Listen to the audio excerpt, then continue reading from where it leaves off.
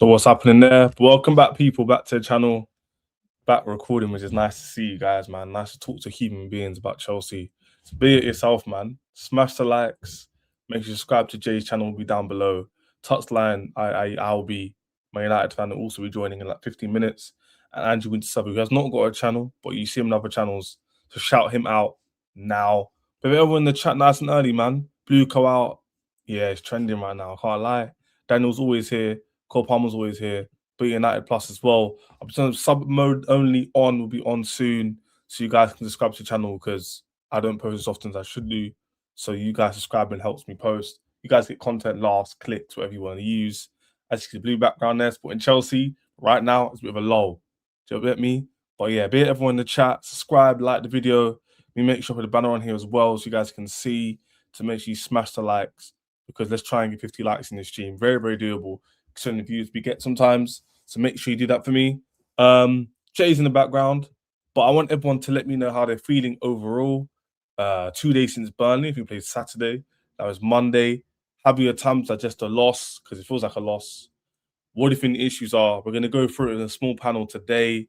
What we think the issues are at the club, why we're going off, end the games. Is the youthfulness? Is it the motivation? Is it the money? Who knows? That's what we're going to talk about with you. So make sure you put your comments in to let me know what you think about our opinions, my opinion, disagree, agree, or whatever. And just talk, because at the end of the day, I'm just doing a YouTube channel just to talk. Really. I don't really care about the money or views per se. So just talk to me. That's why I made the channel in the first place. Nearly at 2.3K. So it is what it is, man. This is what you asked for, Chaz. Don't be sad. I don't ask for nothing. Allow it. But be up Jay in the building, man. Long time no see. Yo, bro. But Jay, how you doing, bro? Long time. Yeah, I'm alright on a personal basis. I'm alright, man. Just still at uni and it grinding that last bit towards the end. But is your last few months, right? So is it? This is the last February now, so I'll finish all my. I'll finish in May, and then hopefully I'll graduate in June. Or say hopefully I should graduate. Hey, but yeah, really, man, you'll be good. You'll be good. Trust me. Yeah, I've been good. But listen, when it comes to football, I'm actually proud of myself. To be fair, for not letting myself get carried away with like the new manager bounce, a honeymoon period. Because I said to myself, right? I said to people when I went on Don's stream as well. I said, listen, leaving the manager, he's getting results, and that's all we can ask for. But let's not get carried away because we know what this squad can be like. And what you know, Leeds, Burnley come, that's 4 points dropped. And do you know what? Burnley the other day was the only game where I put some of the blame on Lee Mazzino. Leeds, I don't. What was it? Yeah, Leeds, I don't really put blame on him. Burnley, is it the same things we were criticising Maresca for when we go down to 10 men, sitting back? He done the exact same thing. Yeah. And that wasn't it. I mean, going down to 10 men again, that wasn't his fault. For Fafana, I don't know what he was doing, knowing he's already on a yellow card. And then we sat back, and the goal was coming. We could see from a mile away that Burnley goal was coming. It just hits. Similar to Leeds. Yeah. Can I say that again? Similar to Leeds, where momentum changed and we kind of get under pressure. But the thing is with Leeds, it was a weird goal, but let's be honest, we wasn't surprised it went in. What, the Burnley one? Yeah, no, the Leeds one was different because Caicedo's tackle, he didn't need to do that because they weren't doing much. And they had no shots on target, Leeds. But the second goal didn't surprise me because we know we've got a weak chin. Yeah. So we could see the goal. Leeds. I went to Leeds. I went to the Leeds game. You didn't think that was similar to this one, no? I actually think we played well with Leeds, but again, 2 defensive mistakes cost us, and that's like it's fine margins, and that goes to show like the inexperience in the squad. You could say the lack of quality in the squad as well. True. I personally think right now, Josh Achampong. I know he didn't play against Burnley, but if you're talking about the Leeds game, I think it shows he's not ready to start. Yeah, that was. You could blame it on him if you want to scapegoat. You could. I'm not scapegoating him necessarily. I'm not saying you're scapegoating him, but I'm saying you could look at him for that one. Yeah. And then obviously Caicedo, Caicedo's been one of our best players this season. You have to look at him for the penalty he gave away. I don't know what he was doing. Reckless. But to be fair, the Leeds second goal wasn't just Josh. It was a calamity. Like Trevor Chalobah, why are you letting the ball bounce like that? Why aren't you dealing with it? And then like just lack of communication. And actually, it's again, I'm going to say it again. I feel bad for Robert Sanchez again. Because he's been robbed of clean sheets. Like he's been better than David Raya this season. But David Raya is probably going to run away with the Golden Glove, isn't he? Yeah, I'll put it up now, actually. This is a great point. Yeah. I don't know where we haven't had a clean sheet in a while. Nor of Arsenal. What was our last clean sheet? Was it Brentford? I think it was, you know. No, there was one after that, isn't it? Paphos. No, In the league, in the league, it was Brentford. I'm pretty sure we beat them 2-0. 2-0, yeah. And again, it was another one of them games where Brentford. Yeah, you know, you might be right. You know. Yeah, and if you remember that game, Brentford just weren't clinical at all. They had so many chances in that game. Mm-hmm. So that could have easily gone the other way. So Raya's on 13. We're on 10. Yeah, we're not closing that gap. That's a shame, man. And guess who he's up with? Donnarumma. Donnarumma's one of the guys up there as well. So it goes to show that it's not a bad list. Again, look at that. Look what Man City go and do. They go and sign Mark Guehi, and all of a sudden their defense looks so much better. That's what I'm saying. To be fair, to be objective, I haven't watched their games, Jay. Have you watched their games to say that? I have. I watched the Newcastle game the other day, and I've not watched every single game that Mark Guehi's played in, but I've watched quite a few. And just addressing this comment here, you haven't been watching me on Blue Diaries. I'm done with that now. So yes, I was wrong on the JP thing. I'll admit. Oh, was he calling you out for saying JP? Yeah, ages ago. That shows how long I've been on the channel. Oh yeah, bro. We had this conversation time ago. Yeah. Yeah, but since Lee Mazzini has come in, that's the only positive I can say right now. No, Jalpe's probably the only signing we could say he's actually been good signing. Does that make sense? Well, I'm going to sit here and say he could be signing of the season in the league. Yeah, overall, yeah. Let's see how it ends, because Gyökeres, if they win the league, Gyökeres will probably get it if he scores loads of goals, even though he's been dead. Well, no, it'll be Zubimendi or something. No, goals are weighted. So, like, what they'll do is, if he scores like 5-6 games in a row and they win, people would hold more weight on that than Zubimendi being consistent as a midfielder. Does that make sense? No, but the amount of Arsenal fans have gassed up Zubimendi this season, though. No, but trust me, if a star boy in their eyes, like Gyökeres, was to do the madness, they would definitely push P. I'm telling you. Yeah, I guess I'm telling you they will. Sure. As annoying as it is, as stupid as it sounds, Jay, they actually would. Do you get me? But yeah, sure. Yeah, Rob joining people. So Rob and Jay will have a great debate. I love Rob and Jay because they're very good at putting their points across, and it's interesting for the chat because obviously, Jay, you've been singing about the ownership and stuff for a long while. So you for example have been consistent about how you're feeling about the club, why you're not happy. But can you tell me and the viewers why you think we've stagnated so far this season? I say so far because it could turn around. Like last year, it turned around a bit. So far, why do you think we stagnated? Just so I can. It's as simple as this. Like when you hear the phrase "new manager bounce," whenever a new manager comes in, everyone always steps up to try and prove themselves into the first team squad, to prove themselves to the managers so they can get regular game time. Same way Andre Santos has cemented his way into the starting 11, and a few other players. But then what happens once you get complacent against the teams like Leeds, against the teams like Burnley, when you get confident after going on a 5-winning streak, and if you look at the games we have been winning, we've been conceding cheap goals. So these kind of results have been coming. So as soon as like your attackers go through periods where they're not as being as clinical, like the Cole Palmers of the world, like the Pedro Netos of this world, as soon as they're not scoring goals and the defense is still stagnating, you're going to have these results. We're conceding silly goals, like we touched on it earlier. Leeds, stupid penalty to give away from Caicedo, and then the second goal was just a mess. And then what happens?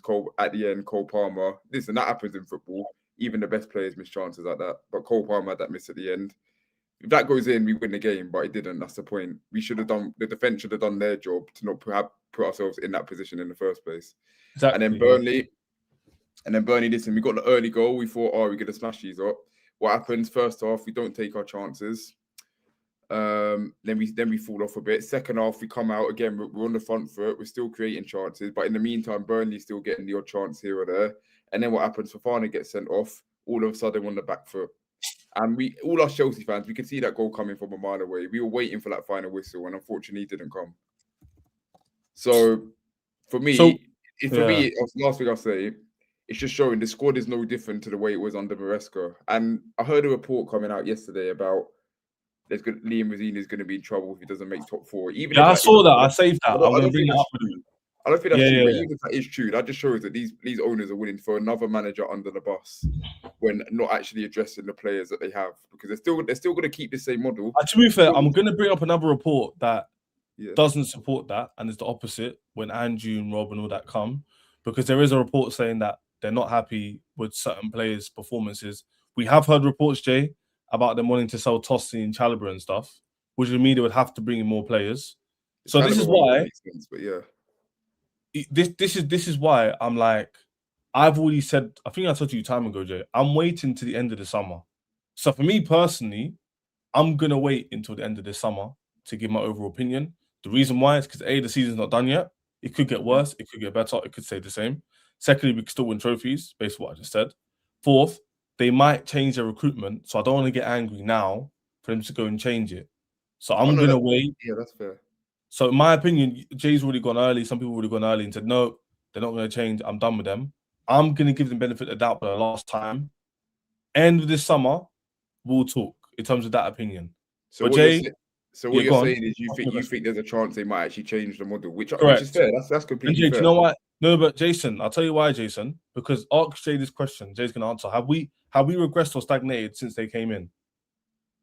You stagnated. We haven't regressed because remember when this season hasn't ended yet, but so far in the last 3 seasons, have we stagnated or regressed once in the last 3 years leading up to now? So I'll say when they came in, we were on the floor, so we regressed from under Roman. But then since then, we slowly progressed. But now we're stagnating. Cool, people. So people, that's why I'm telling Jay and you guys in the chat. This isn't me being delusional or subjective. I'm being objective. This could be any ownership. If we stagnate or regress, then my opinion will differ in terms of how they react to that. Does that make sense, Jay? So yes. Jay hears what I'm saying. Doesn't mean he needs to agree with me. But chat, that's just my stance. Yeah. And I had that stance before. I'm not going to change it now. Feedback from Rob, which I never get before. You're good? Can you hear me? Yeah, you got a bit of feedback, though. Actually, it's gone now. It's gone now. I think because when you joined, Rob, there was feedback, but I think it's fine now. Speak, Rob. Check, mic check. Yeah, it's fine. Yeah, cool. Be up, Rob, in the building, man. Long time. It's gonna be a decent debate today because I haven't spoke to Rob and Jay individually or together in a long time. So it's gonna be interesting to see if Rob's opinion slightly changed, if Jay's opinion stayed the same, like he's kind of said already before. Be up, Rob, in the building every single time. Unk in the building. Landing the minerals, rattling people as always, and Jay. Rob hasn't even been moving that mad on Twitter recently. Like the other day, I never do, Jay. You don't know about that. You never do, Rob. Come on, have some accountability, man. I said never do. Come on, man. I never do. I offer nothing but objective opinions. Yeah, but no, he hasn't been like he's been tamer, to be fair. But yeah, we'll get into it anyway. We'll get into it. But Rob. And Jay, sorry, on Jason to his point there, I'm going to make my decision after the summer. So I'm going to wait and see how the season pans out and how we do in the summer. Because I remember last year, Jay, we were on this stream, and everyone was upset. And we turned it around, won 2 trophies, and everyone was saying title race. So I'm not going to be like a roller coaster, 1 minute up, 1 minute down, 1 minute up. I'm going to keep it the same, and then we'll see. So I'm numb right now because I'm not really seeing any improvement or mad regression. It's just stagnation. So I'm not going to be overly annoyed or overly happy if we go and win the next 5 games. We haven't regressed because the league positions there, we actually haven't regressed from last season. If anything, I think we're higher. I think we're but Jason, I support you all the time, but bro, we have actually improved each season and we won 2 trophies. And the reason why you guys are disappointed is because we expected more. Why would you expect more from something you didn't expect anything from the first place? Well, a lot of fans like myself, I'd say we thought winning the club, not necessarily the Conference League, because if you didn't win that, we'd be concerned. But winning the Club World Cup, we thought the summer coming up, we were going to build up from that. And we realistically, we haven't. Like the window wasn't a Club World Cup winning window. Like, can we at least agree on that? What do you mean? Club World Cup champions, you're bringing in Delap, 49, Gittins. Who else do we bring in? There's someone else. Garnacho. Yeah, I said 49. Yeah, I said 49. Hato. Like if we won the Champions League, would you say that's a Champions League winning window? And I was just about to ask you, who did PSG bring in? Don't even know. Zabarni. That's it. Touche. And actually, they got rid of Donnarumma. They got rid of Donnarumma for Chevalier. So they got worse keeper. And then they brought in a centre back who hasn't looked that good either. But look at Liverpool. Like, I know they're not great this season, but they won the league, and then look at the players they brought in. Going into this season, we thought Isak, Wirtz, Kerkez. Again, there was someone else. Am I bugging? Ekitike. Like that's a window from a team that's just won the Premier League. Okay, no. So I'm asking you right now. Did they have a better window than we did? Liverpool? Yeah. In a heartbeat. How? So they finished top, right? Yeah. We finished what, 4th? Yeah. They had a significantly better window than us, and yet are behind us. But that's just like the players that they signed. And we've sacked the manager in the meantime. They were all proven players that everyone was looking at and they signed Alexander Isak, who was the best striker in the league last season. They signed Florian Wirtz, who's one of the best number 10s in the world football. Yes. They signed Ekitike, who's one of the best upcoming strikers, and he's been killing it at Liverpool. Individually, they brought in some quality players. But as a team, they got worse, in my opinion. I've been saying it since summer. I've been telling people Liverpool window, like selling Diaz, selling Nunes for as much people didn't rate Nunes. Unfortunate passing of Jota, that's out of their control, obviously. So all of that, you didn't bring in a backup to Saka. You got rid of Harvey Elliott, right? You sold Kwanzaa. You didn't bring in Gehi, right? And you got rid of Trent. They got worse as a team. Yeah, they brought in big names, but they're not as balanced as a team, even with those high names. That's what I was saying. They didn't have that good a window because the left wing option was Rio. Rio is the one that brought in to replace Diaz. So you think Chelsea, we had a better window than Liverpool? Yes. So if we go player because like, Liverpool regressed. At worst, we stayed the same. Liverpool regressed. Yeah, but didn't they? They regressed. They regressed, yeah, but you could put that down to other factors as well. You can look at the manager, and a lot of Liverpool fans are calling him the manager. He's the same manager. You can look at players. You can look at some of the players that are getting old, like Salah, Van Dijk. No. Same manager that they had when they won the league last summer, last season, right? It's not like a new manager. Same manager, right? Okay. And so they got rid of players that they thought were individually, Nunes, Jota, from a quality standpoint, they're not as good as Isak and Ekitike, right? Isak and Ekitike are better than Nunes and Jota. Yeah. But from a team standpoint, what they bring, how they make everybody else thrive based off of their game, they're clear. Because Isak needs a team to function around him. Same as Ekitike, same as Florian Wirtz, same still as Mo Salah. Whereas those other guys were happy to let the likes of Mo Salah shine, and they can do the dirty work. Nunes will press like a madman. He will miss mad chances, but he will press like a madman. So Salah doesn't have to, right? Okay, can I ask you a question? Yeah. Other than João Pedro and Jackson, how many of the players that we signed were upgrades on our previous players? So you look at, is Garnacho better than Sancho? Yes, I think so. He's not. Sancho hasn't scored a goal in like 26 games. The impact. Okay, the impact that Garnacho has had for this Chelsea squad. Yeah, Rob. Sancho was compared to what Sancho did last. Sancho wasn't elite last season either. But you're telling me Garnacho's done more in a Chelsea shirt than Sancho did last season. Up until this point, yes. Up until this point, up until this point last season, the only moment Sancho had was a goal against Southampton and the assist against Bournemouth. If I'm not mistaken, correct me if I'm wrong. No, he scored a few in the Conference League as well. Yeah, of course, Conference League. Nah, but boys, do you know why this is conversation? Because how can you judge the signings based off only like 6-7 months of football? It's not one season why they're signed for. Because no, but I'm making the point, like the players that we signed, are they okay? Did you look at Garnacho last season and think he was better than Sancho? I know he didn't play. Yes, 100%. In a bad United team, he had 21 GA. He had 21 GA in a bad United team. Rob, not 100%. Come on. I thought it was an upgrade. like output-wise, maybe, but in terms of performances, Garnacho's brought nothing to the table, man. Performance what? No, Sancho will go. Sancho is better take on his men 1v1. He will take on his men 1v1, and then it will, dribble, get past him, and then slow down, dribble him again. And then what game this season has Garnacho performed in? Not even 90 minutes, because that's just generous. But like, how many games he performed in? Yeah, he's been our man of the match. Or he's been a huge influence. Please tell me, Rob.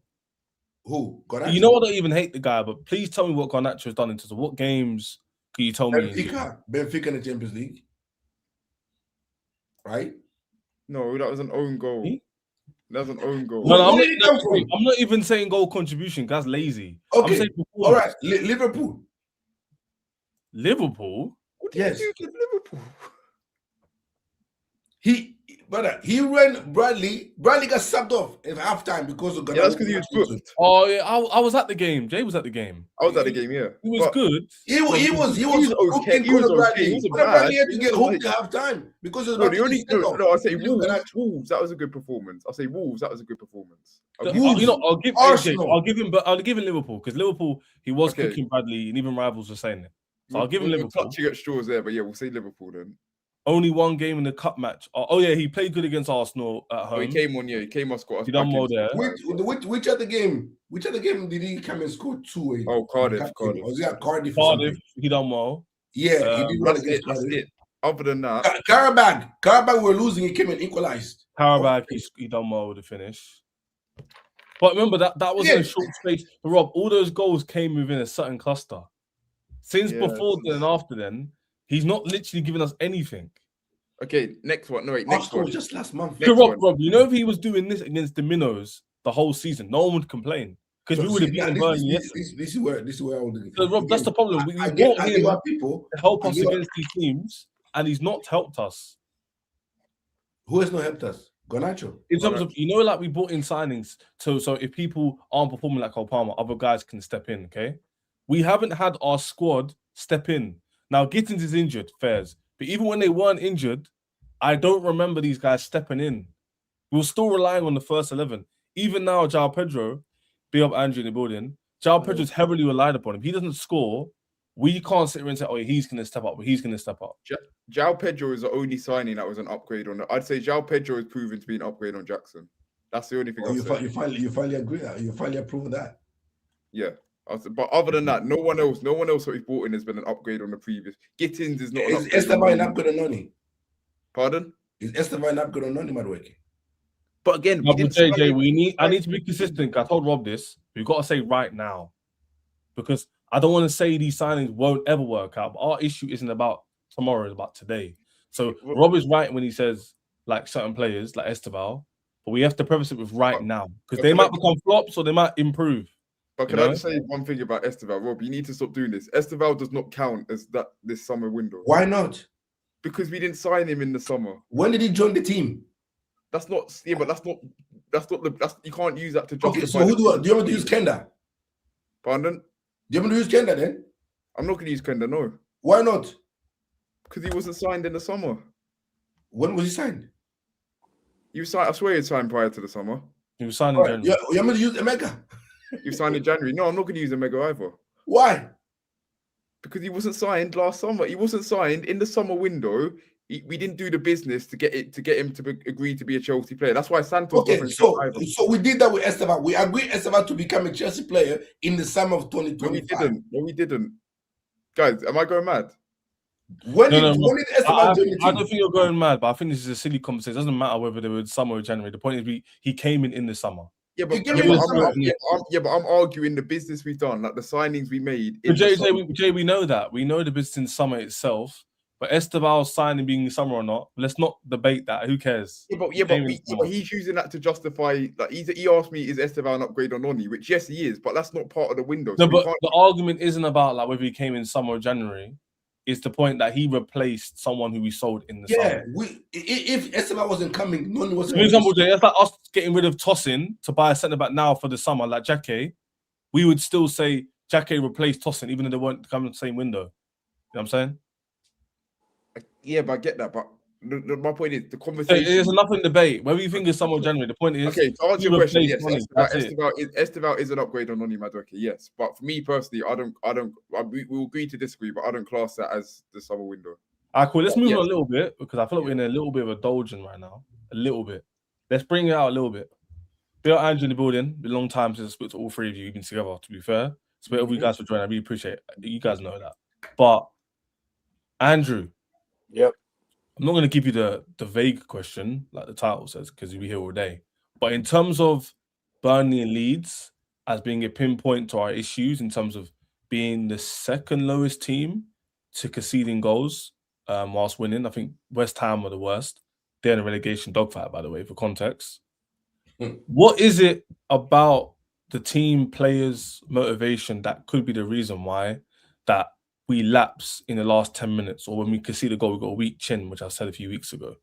Why is that? Do you think it's because they don't have the money, so they're motivated? Is it because they're young and they use that as an excuse? Is it the manager being lenient? Like, what do you think it is? Do you think they're complacent? Do you think they've already made it in their heads? Like, give me the mentality, because these guys aren't that much younger or the different age to me and Jay, and even I would fight for the badge. And I don't earn 120k a week as a footballer. So, Andrew, what do you think it is when you're watching the game? Centre-backs have no leadership qualities. That's what it is. Facts. They have no leadership or organisational qualities at all.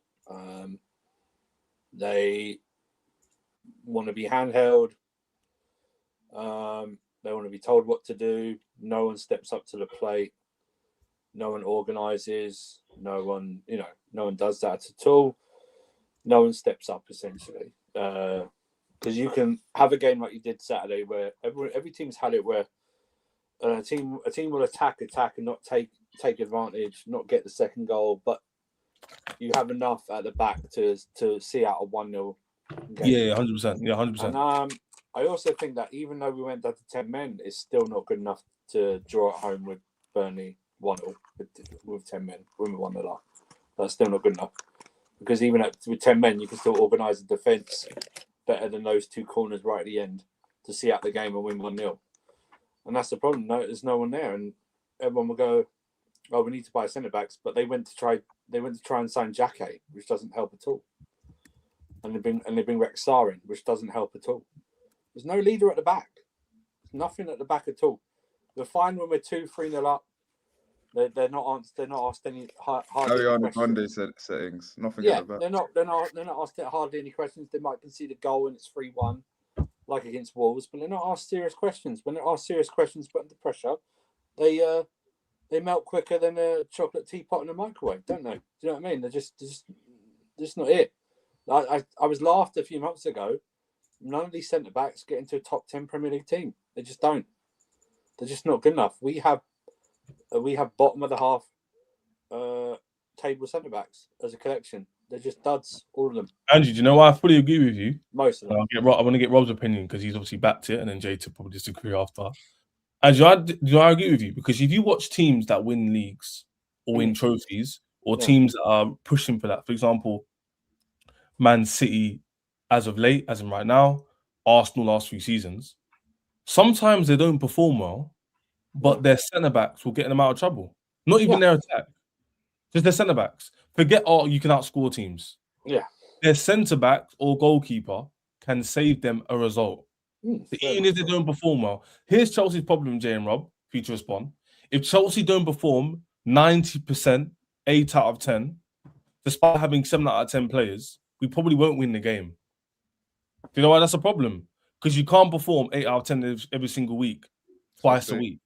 Our attackers aren't as good. Our attackers are good, but they're not that consistent that they can perform in that level. Here's a stat for you. Chelsea have only scored, I think, 3-4 less open play goals than all the top teams.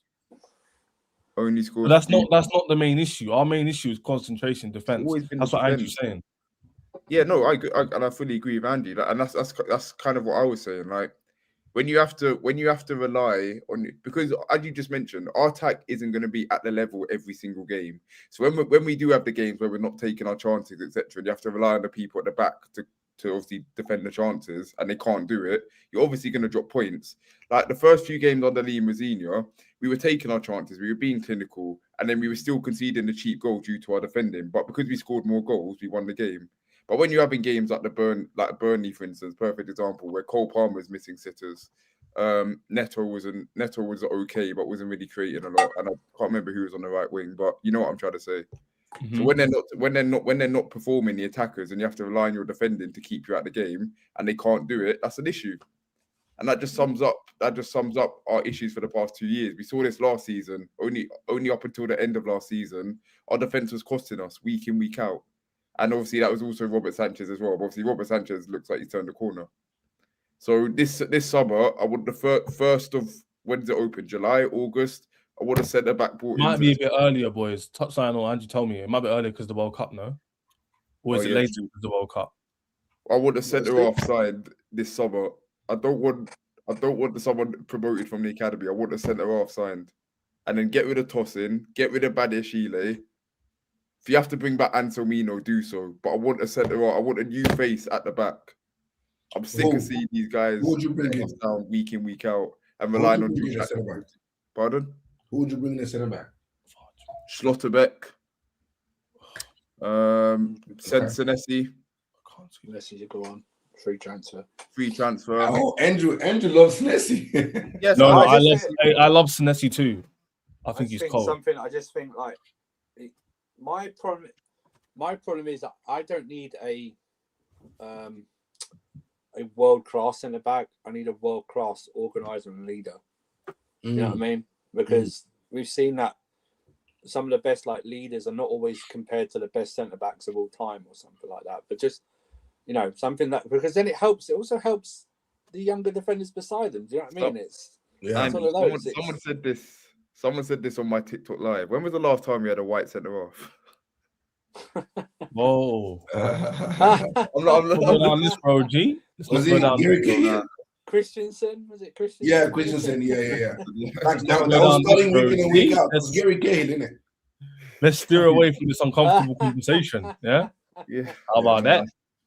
No, I think that's what someone said this on my TikTok live. So what do you mean by that kind of situation? You get me? What do you mean by that, bro? Let's not elaborate. It's a rhetorical for me, Andrea, I think for me, like, obviously we all agree that we need a significant upgrade on the centre back options, right? On our centre backs, right? And I don't mind a couple young centre backs, right? But I'm at the point where I am done. I can tolerate midfielders and attackers to where, like, they can get better. No, I see the potential. Yeah, I see if they improve this and that, they will be top. But I've gotten to the point where with centre backs, for me, I've gotten to a point where I just need dead certainty. That, like, I need a Murillo that's gonna be certain. I need a Konate. Right, I need for as much as this name will work with some people, I needed Harry Maguire in my squad. And it's if you give me Murillo, Konate, Harry Maguire, and Senesi, and then you sprinkle Sarr and Anselmino there, and Joshua Champong, I don't mind whatsoever. Here's the problem, right?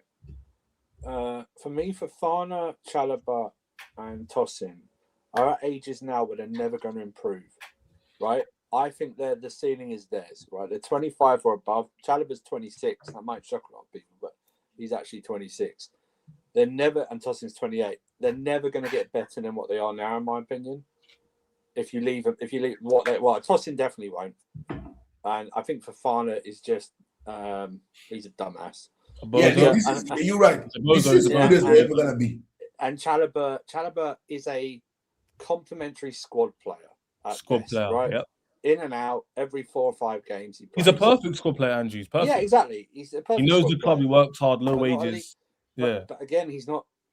You can't ask him to lead when he doesn't have the qualities to do it.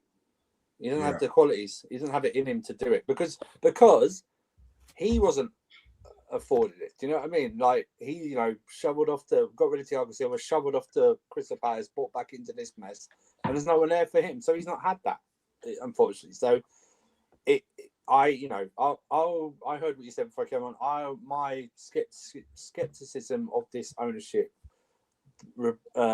changing their ways is very, like, I don't see them changing their ways at all. I just don't. They are set foot in what they're doing, and for them to change their ways doesn't mean they just buy one experienced player. That wouldn't change their ways for me, because then that'd be like sort of like getting us distracted by that one experienced player and then buying all the, you know what I mean? It's like that. It'd be like that. It'd be like, oh, we bought you one, and then they buy like 7 like unknowns. You know what I mean? I don't need that. I think the clear thing this season in the summer is they have to get at least 2 very good experienced centre backs. Now, experience doesn't have to mean they have to be older, but like very good experienced centre backs. You know what I mean? Have the qualities. How would you feel like a Murillo? Would you be happy with that? Well, I like Murillo's path, because I think if he'd have come to us instead of going to Nottingham Forest, I think he'd be like all these other young centre backs that we have. Mistake. There's lots of mistake in them. I think he's done the right way, and he's battle tested. Yeah. You know what I mean? He's battle tested. He's hardened. He had a good centre back partnership with that. Is it Milankovic? Very good centre back, especially last season. This season, I think he can be forgiven. He's had 4 fucking managers. Do you know what I mean? It's like you go from Ange to Sean Dyche. Sean Dyche. Was it Nuno to Ange to Sean Dyche? Yeah, they're all different styles. A different style of play. But the problem is, Ches, I don't want him. My problem is, Ches, we'd buy him and no one else. That would be it, and that'd be my problem. While he's good, I'd still want someone else. Do you know what I mean? So if you brought him and Senesi in, you rehabilitate Colwell as much as possible. You know what I mean? Wait, if you brought in him and Senesi, Cole wouldn't play. Well, no, because we give Colwell time to recover. He's recovering from an ACL for Christ's sake. No, but they both play left centre back. They both play left centre back, no? Huh? Cole shouldn't be a guaranteed starter. No, but they both play. Senesi and Murillo both play left centre back. It's a squad, though, Ches. We can rotate them. We'd have 3 centre backs who play left centre back. Wait, Senesi left foot. Senesi left foot. We've got no left centre backs at the moment, Ches. Wait, Ches. Wait, is Senesi left footed? Wait, is Badishile injured? I haven't even noticed that. I don't care about Badishile anyway. I want him sold. Yeah, Badishile can go as well. Yeah, of course. But you're worried about facilitating Badishile. You could go. No, I'm saying, no, Angie said we got no less centre backs, but he's one. Is he injured? I don't count. See, I don't count. I'm looking to the summer. I don't count him. Oh, so you're already thinking ahead. I'm getting rid of him. Yeah, I'm taking whatever. I don't even like this. Someone offers like, some glue and a rolling pin or something. You just take him for about shit. Okay, now you're going too far. Come on. I'm just saying we should pay someone to take him. That's I actually agree with you. So I'm being pedantic. No, you get rid of him. No, and then So I just don't. My fear would be like Rob. I'm fine with Murillo coming in, but my fear would be that would be just it. You know what I mean? We asked touch on the question before Rob responds. Do you feel like Chelsea's main issue is their centre backs? And if so, do you touch that as a rival? Yeah. Do you feel like if we upgrade the centre backs, we'd be a lot better in the league, or do you still feel like our team would be like, just using the centre backs as the main talking point? Do you think Senesi and Murillo, you think Chelsea would be solid? I don't know about them two personally, but do you not rate them? I mean, they're both decent. Senesi won't sign for Chelsea because he's 28 years of age, and I think he's 29 in the summer or something. So I don't think you'll get him. It's not I don't rate him. I think Morello's decent in it, but I prefer Milankovic personally. Is he on a free? Yeah, he is on a free. Oh, yeah, no. We actually would sign guys on a free. That's different. All right, cool. So, but in general, yeah, your centre backs are your main problem because the amount of dumb errors and the ball watching as well that they do a lot of the time. Yeah. Is terrible. So you would obviously be better if you had better defenders. You'd be better higher in the league, innit? That's common sense. But I don't think if you, I think there's a mentality problem as well at Chelsea. Like as the guy just put in the comments, 19 points lost from winning positions is a mentality thing. Do you get what I'm saying? It's a mentality side of the game, and I think. Oh, so you think even though they're low quality, a bigger issue is the fact they ain't got the mentality as well.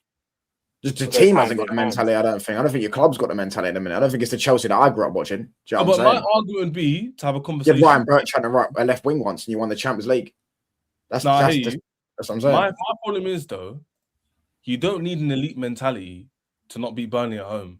No, I agree. No, you kind of do though, because it's like them type of games is mentality. No, because quality wise, you should slap Burnley. You got a much better. But mentality wise, it's getting up for them games and being on. Like Cole Palmer was having, he was taking the piss that day. Do you know what I'm saying? He's trying to do little flicks and tricks in the box and that, trying to pass the ball in the net. That's a mentality problem. Go on, Jay. Gusto was doing no look passes. That's what I'm saying. I know. Mentality thing. That's where only 1-0 up. I'm fine if we're 4-0 up. You can do the fucking no look passes when you're 4-0 up. You know what I mean? I don't care. But when you're 1-0 up, I think touchline. Correct me if I'm wrong. I think also maybe he's talking about the mentality of just seeing out the 1-0 win. Do you know what I mean? When you're 1-0. Oh, I knew Burnley was scoring. He was on the watch long when for no. He was on the watch long. We knew they were scoring. As soon as that red card went, Burnley started passing around. I said they're going to score, and they got it. Bang. Because I thought they'd score much more earlier, but when it got into 92nd minute, I thought we're going to get away with this. Like I thought we're going to get away. Do you know what I mean? We're going to get away with this, and then I watched. I didn't watch it. I saw the goal go in, but then I want to watch the replay. They actually plotted his journey, like he was by himself. He plotted his journey into the box like that, and then it's like that's my thing. The mentality of no one stepped up and went, you know what? Fuck this! If I swear to God, if it's zonal marking, I'll go mad. Fuck this zonal marking. Mark every tall bastard we've got. Track the runner and just hoof it out. Do you know what I mean? Don't even go. Don't even go for. I hear you. Hoof. But Rob, what do you think when Touchdown says that the mentality and the quality? Because for me, I think James can say they go hand in hand, which I kind of agree with. But 19 points is like a lot. Like I don't know if that's just mentality. Because after the first 5-6 games that happens, surely any Tom, Dick, and Harry will be like, "Yo, we need to sort this out." For me, I think it's a combination of everything that the fellas have spoken to. The quality at the back, right? And, they're just not good enough. The center back, they get nervous at that time. Nobody want to take responsibility. Everybody is scared of making a mistake, and so they back off for everything because it's such a thin margin that they know I don't have any margin for error, so they just become statuesque. And there is also a mentality issue that, as the brother said there, a Cole Palmer, you bury those chances, right? You make better decisions. Right? I don't know if that's been his performances recently, but also I would say this, and this is gonna be an unpopular one. I'll just say as fans too. 90% of those points we've dropped has come from home at home, right? I actually do. All of us, you can feel the entire stadium feel like Burnley's gonna get something out of this game. Like the whole crowd, you can feel the whole crowd actually expecting. Not like, oh, let's prop up the player and get out of here with the win. You can hear the whole crowd start getting nervous as well. Yeah, it's true. It's similar to Arsenal, isn't it? And so it is the players, yes, but also as fans. There's a reason why we've dropped 17 out of those 19 games and been at Stamford Bridge. Because the crowd gets nervous, the players get nervous, the manager got nervous. It just everybody, people don't just blame the players. As fans too, our mentality and there, right? Because we stop. Like as soon as we see Leeds score the first goal, we're like, oh no. And it becomes Sanchez kicks one ball, ooh, the goals are going up. We stop chanting, we stop doing what we're doing in the first half or whatever. The crowd just goes quiet, the crowd gets nervous, and then the opposition crowd feels it, so they get louder. We get quieter, they get louder. Can I just say something though? Because I go to games myself, right? As a fan that goes to games, it's so hard when you're watching the football that we're watching after, for instance, the Leeds game, after the Caicedo penalty, and especially after the second goal, it's hard for us to be confident, and it's hard for us to be optimistic when we're seeing mistakes that we've seen for the past 2 years and nothing's improving. And even the Burnley game, I didn't go to the Burnley game, but it was like the way Burnley were just having the chances after we went down to 10 men. It's hard for us to be confident. Like, we've been down this road before where we know there's going to be a defensive mistake coming, and then lo and behold, no one's marking them at the man on the corner. Jay, I don't mean to cut you off. Like, my first game at the Bridge was Chelsea. Actually, ironically, Chelsea Burnley under Conte, right? Yeah. We're 3-0 down at halftime. But the entire stadium still believed that we can come back and win. Everybody was still chanting. Nobody had left. Everybody was still chanting. You know, Morata came and scored our first goal. David Luiz guys, we were all going to say, we're going to at least get a draw out of this one. Hang on. That's not. Hey, Andrew, let me just. Rob, I'm just saying. Nowadays, we 1-0 up. No, but like, yeah, I think, you know what it is though. A lot of your points get dropped from. But that's this not is fair, such Rob. The context of that, Rob, why the fans would be different is that we literally won the title the season before. I literally about to say you know what I mean? That's not fair. Do you know what I mean? That's not. That's not. No, but a lot of your points have come though when you've gone down to 10 men though. Like a lot of your drop points. That doesn't help. That's what I'm saying. But when you were playing, but I said when you were playing against Arsenal, that's what I'm saying. Mentality. You were 0-0 with 10 men, and you scored and went 1-0 up against the best team in the league with 10 men. That's a mentality thing because you were up for it. You were like, "Oh shit, it's Arsenal. We got to be up. We got to be on our game." Yeah, we always do that. When Nina got Nina got ripped to shreds a few months ago. We went on a similar type of fixtures, and she feared Burnley more than playing Barcelona or Arsenal, not because of them, but because of us, how we play against teams like Burnley. And she's absolutely right. I said that on my TikTok before. We always do this. Against the teams we're supposed to beat. We struggle sometimes, and then when the teams when they rule us out of the thing, we rise like that because the mentality is there. The mentality of this club and the players is they love to be underdogs and not favoured. They love it. So no expectations to do like this run against Arsenal Sunday. We won't win anyway, but I'm just saying. No expectations to do anything. If we do anything, it'll be like that. Do you know what I mean? And same against Villa, same against City coming up. Maybe not against Newcastle at home because they got a terrible away record. But I'm just saying it'll be all like that. And then the games after that, when they go, "Oh, Chelsea should have a nice run of games right now," we'll stumble again. That's what we always do. But it is also because playing those big teams suits our style. They're not gonna play, 10 men behind the ball the entire 90 minutes like Burnley would or like no responsibility. That's what it is. Brentford would, right? It's no responsibility. And so it comes to we'll press you, you'll press us.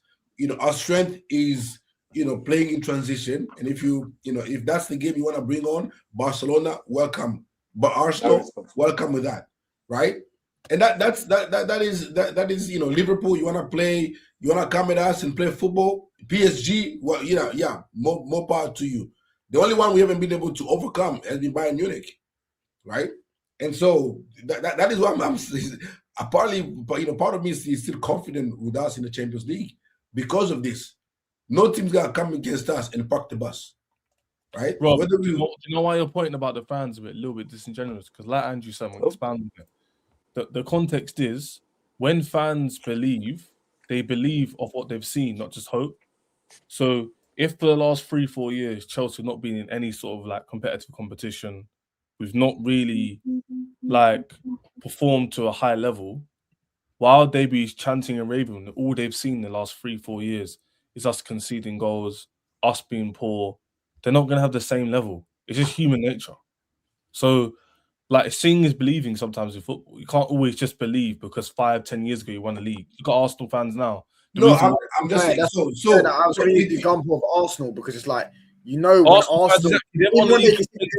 when they Cunha go against us, the nervousness in the crowd, like the whole they're not won the league for so long, so they're nervous. Simple as that. I'm saying, like they just don't like United as well. Before the last 5-6 years, their ground, Rob, everyone was scared to go to.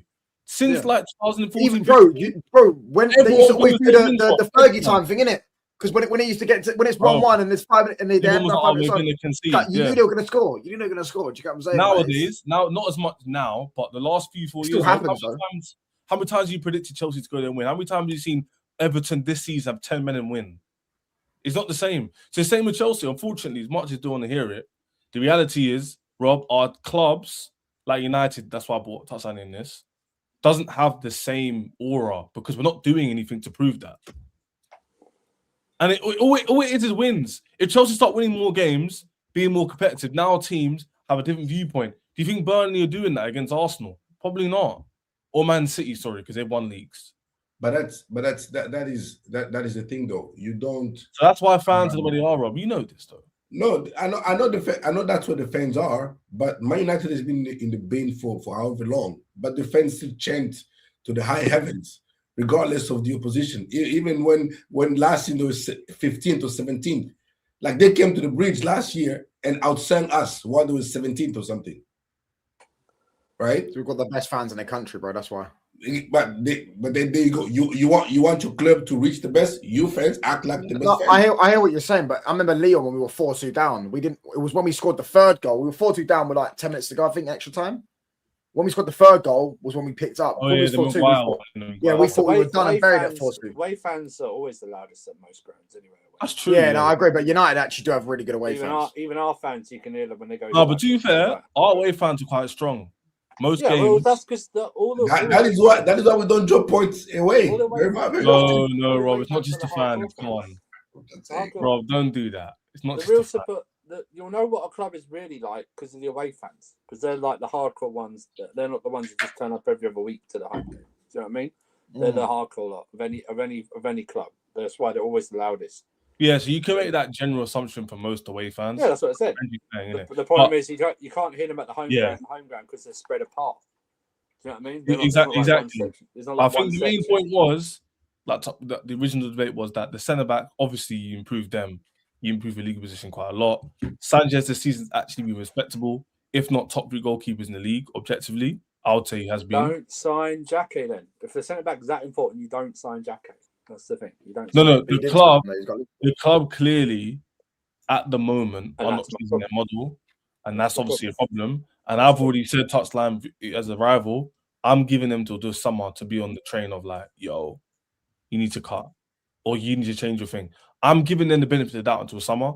Andrew, I don't know your thoughts on that. No more benefits. The benefits are cut off. No more. Why are you giving them another chance, Ches? They've had like 4 summers now.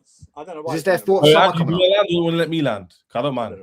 I understand. All right, cool. To answer your question, so touchline, my thing has been from the very beginning, in life, in my life and in general, unless I see stagnation or regression, I'm not going to overtly throw my toys at the Prem yet. We haven't actually. They have already. This season, we can't say it yet because we haven't finished the season. But Ches, when they came in, like, you were champions of Europe, champions of the world, which you still are now, to be fair, and you finished 3rd place. Their first summer window took you to 12th. That is going backwards. Just because they took you back to 3rd does not mean that they still took you backwards, bro. Even if they took you to 3rd this season, it's still back to where you were originally at. They should have took you from 3rd to then trying to compete. I could bore you in the chat with a whole leap of context that you probably would get. No, I understand that, Tuchel was getting the most out of that. So they still sacked him. I'll put it this way. The foundation was made of sand. That's it. So that's why we had to start again. By the way, Robin and Andrew, even though different side of the fence, will agree with that point. Even the way they built it is a debate. But not sand, but it wasn't sustainable. They built an air mattress instead of a full mattress. But Andrew, that's not the same as saying it was built on sand originally. I hear what you're saying. Yeah, but look, you know that old term papering over cracks? That's what they've just done. They've just filled it with polystyrene instead of like cement. No, I don't care about that. I don't care about these stats. I couldn't give a toss. Go win me trophies. That's what I care about. I genuinely couldn't care about ego stats. It's fun for content. Andrew knows we go on streams. Rob knows we go on Twitter. It's fun, but no one really cares unless you win trophies. Arsenal would have lost to us every single time this season. If they win the league, they won't care. That's a fact. The government took our club. The thing is, Andrew and Rob, it's boring going through context, but like, I'm not going to be overtly upset yet until I see the end of the season, Andrew. That's why I'm going to wait. I'm not angry at you, Andrew, for saying I want them out now, and you've been saying this for time on other channels, but I'm going to wait until summer to make my final verdict. Do you not think that's fair? Or? The problem is, Tez, is that the opportunity this summer was to keep us out of this top 4 race. Correct. Do you know what I mean? That was their job this summer. I didn't think we'd go and I wasn't the one claiming we'd go win the league because we won the Club World Cup. My thing was, let's now do a transfer window where we consolidate ourselves in the top 4. And when I say top 4, like clear, not in a race. We're further away from the top 4 than we are third. And they didn't do that. They had a transfer window as if we were still going into the Conference League. That was their transfer window, not like a Champions League. That wasn't a Champions League window. It was a Conference League window, and it shows it right now. We didn't do anything in the January transfer window when we needed to do so. Like I told you before the transfer window opened, we would just bring Sarr back, and that's what happened. They don't know, they don't know what they're doing. But the problem is, if they get a Champions League spot, they'll think everything's fine because they'll do this. Oh, we'll have this all BS in the media about we weren't going to do it for this season, next season. I don't know why clubs do this instead of just trying to do as much as possible. We'll wait for in 2 years' time or 3 years' time. Just do it now. Just do a big bulk of the work now and then add to it like normal clubs do. You think United fans are saying similar last season? I think they said we're not going to sign. What was it, touchline? There was a certain signing you needed. The midfielder. They said they're going to wait. A lot of the fans are upset. Because they want to belabor, but they tried to price them out on the move. You know what Brighton are like, innit? Brighton you should know you the team, you lot of all people would know about Brighton, innit? Do you know what I'm saying? Like they're cons. Yes, I'm saying. But this summer, because he's been stinking hooks at half time, bare times, I think we might get him for 60, 70. If we get him. Yeah. Oh, fair. Yeah, so if you get him 60, 70, you're being robbed. I still think he's a good player, man. Even at AFCON, he's a good midfielder. Obviously, he'll be an upgrade to what you have right now. But I think Brighton, Brighton used to recruit players that you look around the team like he's gonna go for 100 million. He's gonna go for 100 million. He's gonna go for 80. He's gonna go for 75. Now you look around like who's gonna go for 60? Well, that's actually a good point, to be fair. He's not worth right. Who's gonna go like Van Hecker? Someone's gonna pay what? 50 million? I've never, bro. Blonde centre backs aren't good. 80 million for Van Heck. That's crazy. So who? Blonde centre backs.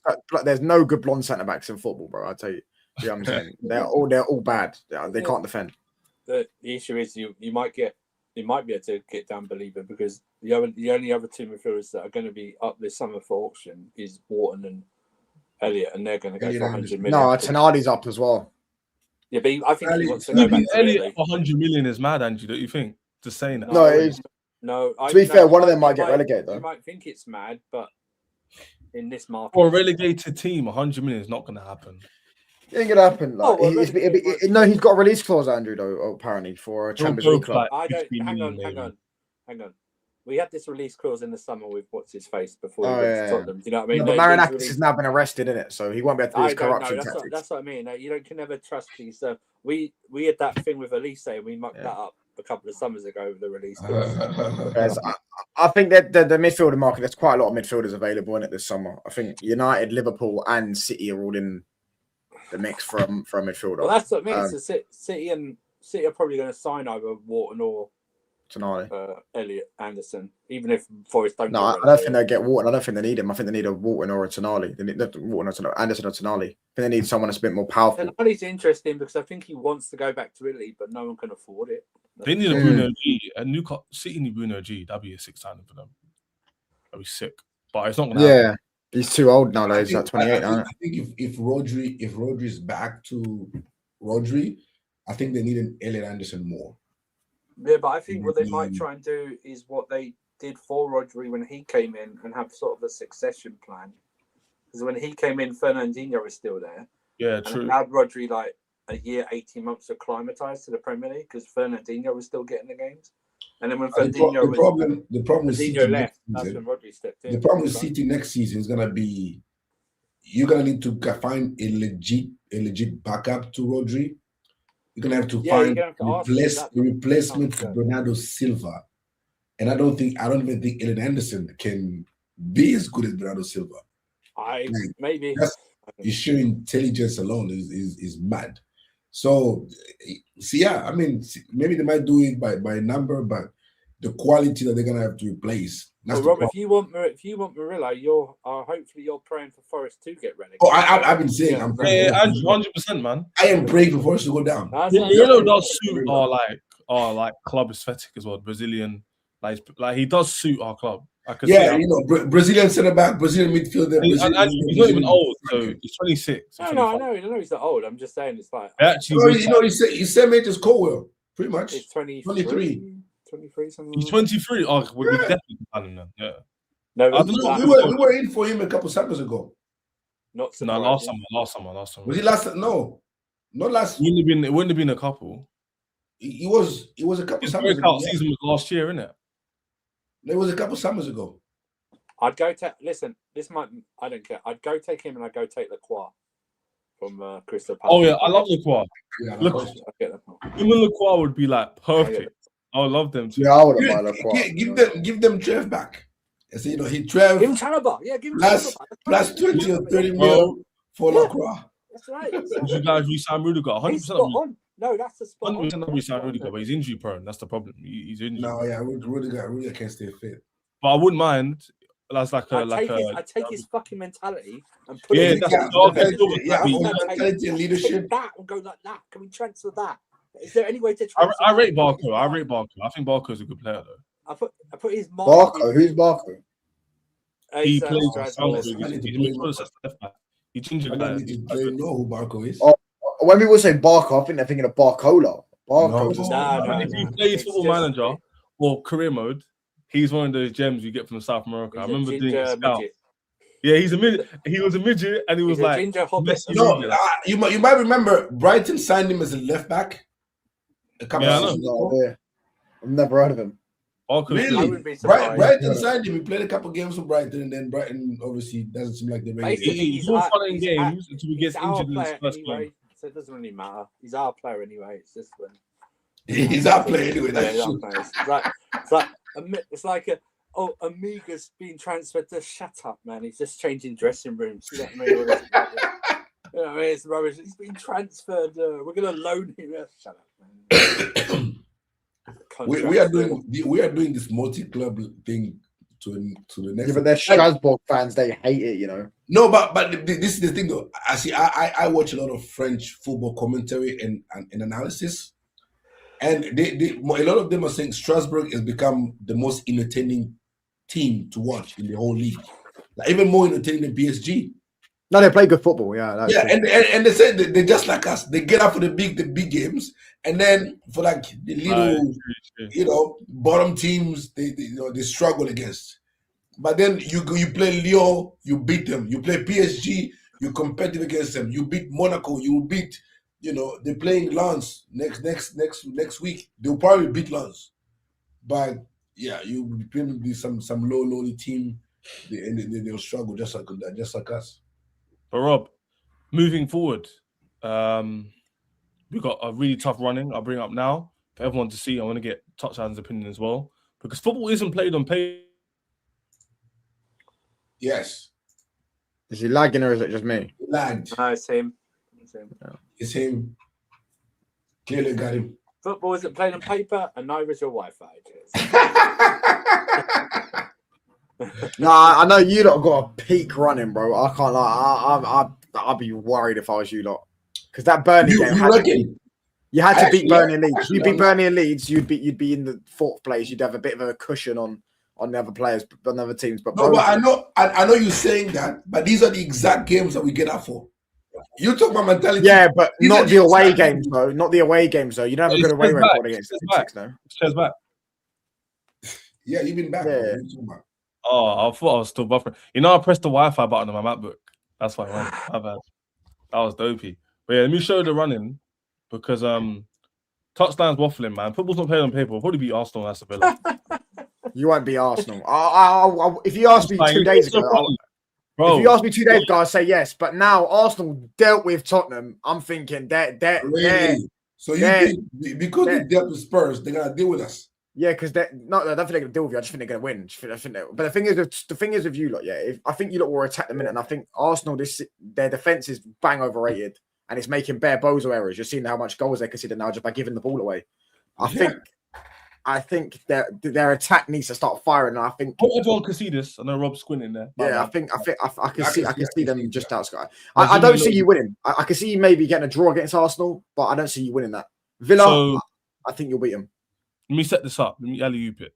So essentially, this is Chelsea running for the next few weeks. You got Arsenal this weekend. A few days after, quick maths, Aston Villa midweek.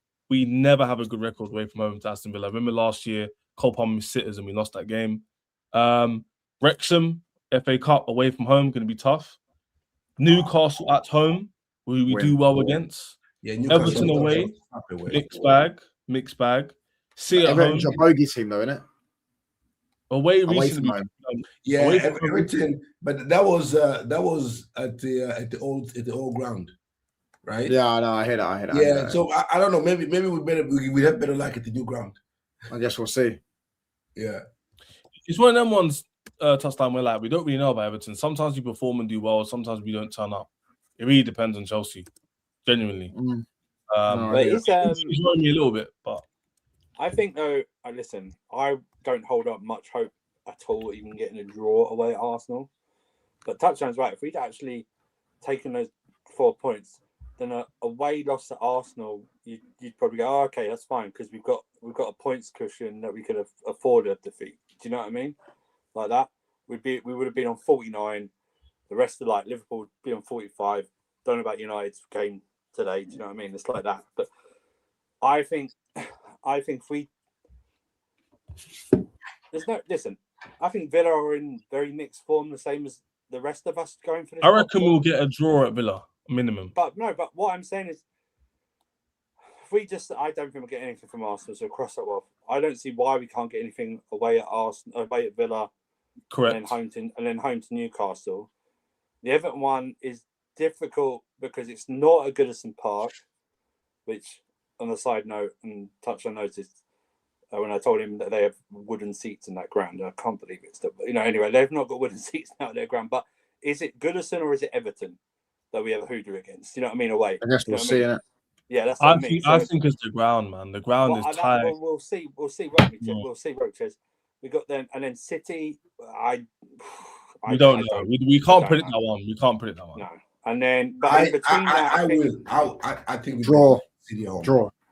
Yeah, I don't think you'll lose that game. I think there's more chance Chelsea win or draw. I'm going to go draw. Anyone want to know, after obviously the playoffs for the Champions League end this week, when's the actual next round of those? It's soon. It's in between. It'll be in between Newcastle and because Everton. We could play Newcastle 3 times in like a week. Yeah, because there's an international break, isn't there?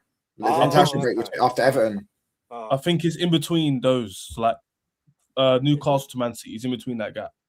Oh, okay. And I think it's not because there's an international break. What is it? Round of 16? So it's not going to be. It'll be. Is it round of 16? Yeah, it'll be Newcastle and Everton. There'll be one leg. One leg will be between Newcastle and Everton, and maybe you're right. Maybe it might just be. I'm right. I knew what I was talking about. Yeah, then it'll be between Chelsea. It'll be between City and United. So between the new really tough games. It'll be between Wrexham. Yeah, Wrexham, Newcastle, and after Newcastle. No, sorry, you're right. Yeah, sorry, I'm buffering. Oh, yeah. So it's calm. I had a feeling because I was looking at the dates, thinking it can't be any later than that because the Champions League final is usually in May, isn't it? If we get Newcastle, we play them on the 10th, and then the 14th, and then the midweek after, the 17th. So would you rather face PSG or Newcastle? Oh, definitely PSG. You rather play PSG than Newcastle? I'll tell you why briefly. Let me remove this so we can actually have a conversation.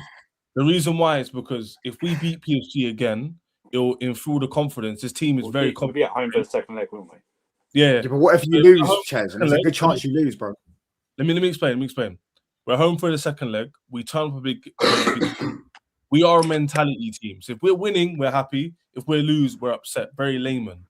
If we beat PSG, I can see us getting to a final. Genuinely. Chez. What if you lose though? If we get Newcastle, but you didn't ask me that. You said, "Why would you rather play them?" I've told you. But I'm saying your answer was, "Oh, if we beat them." But I'm saying there's more chance you lose that game. Based off what? PSG are a better team than you. They were a better team than me last year. Yeah, you won in a one-off game over a two-leg when you got to play it. And the better that was a neutral ground as well. When you play them at their ground, I mean, they got the home advantage. There's multiple different aspects, a different season. That was in the summer. This is the thing, though. We have a manager who played against them. And different manager as well. We have a manager that comes from the league. He playing PSG home and away multiple times and has been competitive with a lesser team against PSG. The difference is PSG have a manager who won't change his philosophy, right? We can adapt to him. Anyhow, will adapt to us. And we would rather face a team that we have to adapt to, like a PSG, than a Newcastle that will come and say, we're going to sit back and we're going to hit you on the break. With whoever we get, though. And Gordon and Murphy and those guys. Whoever we get, because the second leg is home. Yeah. As long as we're still in it, whether that's with drawing or within one goal, I think we have a high chance of doing them in the home leg. That's all. You know what I mean? Yeah. There's no way goals. People forget, like, the Champions League football is different to English football. I know everyone kind of knows, but we kind of forget this touchdown. The way we play in the league is different to the Champions League. Teams set up differently. The players' mentality is different. The style of football is different. The physicality is different. Won't be though against Newcastle, though. It'll just be a Premier That's why I said I want to avoid them, you see? Right. No, but I'd say no. It might be. It might be. Yeah, I'd rather face PSG. Just because that's not me saying. I don't think they've been good. I don't think Newcastle's been good either this season, but I think Newcastle can match our physicality, whereas I don't think PSG can. Like, for example, I would, if I made a prediction, I can see Newcastle picking us off with a corner kick, a free kick, a motor brilliance than PSG. I reckon PSG would be more of a fight. But Newcastle, I reckon they can match us for everything. And because they've got the experience against Chelsea, they can nick it. And that would annoy me. Whereas PSG, I know they'll leave gaps. I know they'll go for the win. So I feel like we have more of a chance winning that way than the fighting. Chelsea don't fight very well. We've got a weak chin. We're weak. If you score against us and bully us, we ain't getting back in the game. There's a reason why, if you watch Andrew and Rob watch you did that against Newcastle this season, though. You were 2-0 down at half time. I was about to mention, literally the game. Literally the Newcastle game. The reason why we got back in the game and could have won it is because they didn't fight in the second half the same way. The first half they bullied us. Ask Andrew and Rob should have been down 4-0. No, I watched the game. I watched it. You got destroyed. Second half, they just dropped the intensity, and we just figured it out and got back in the game. And especially, like, you gotta go to St. James's Park. The first one back. Anyhow, we lose that 2-3. That is one stadium. I hardly have. I don't have much confidence we will win in that stadium.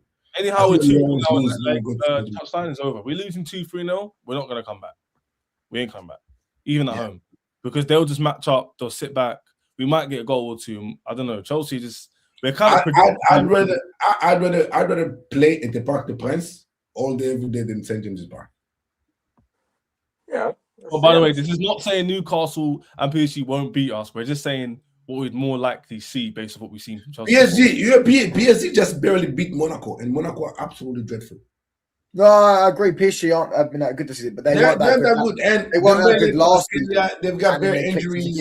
Last 3 months of the season. But football isn't predictable, touchline. I told Andrew Rob this all the time. Well, people listen to me. Football isn't predictable. If it was, we wouldn't be sitting on a stream. We'd be upstairs. I agree. I'm just saying. If football was as simple as a conversation, we making bank just by sitting next to touchline and going, yo, PSG will lose against Monaco. Chelsea are going to lose to Burnley. Let's make $1 million. Come. You get me? Oh, I hear it. I mean, so I think our summer transfer window is predictable. I'll call it now. The way we transfer is predictable.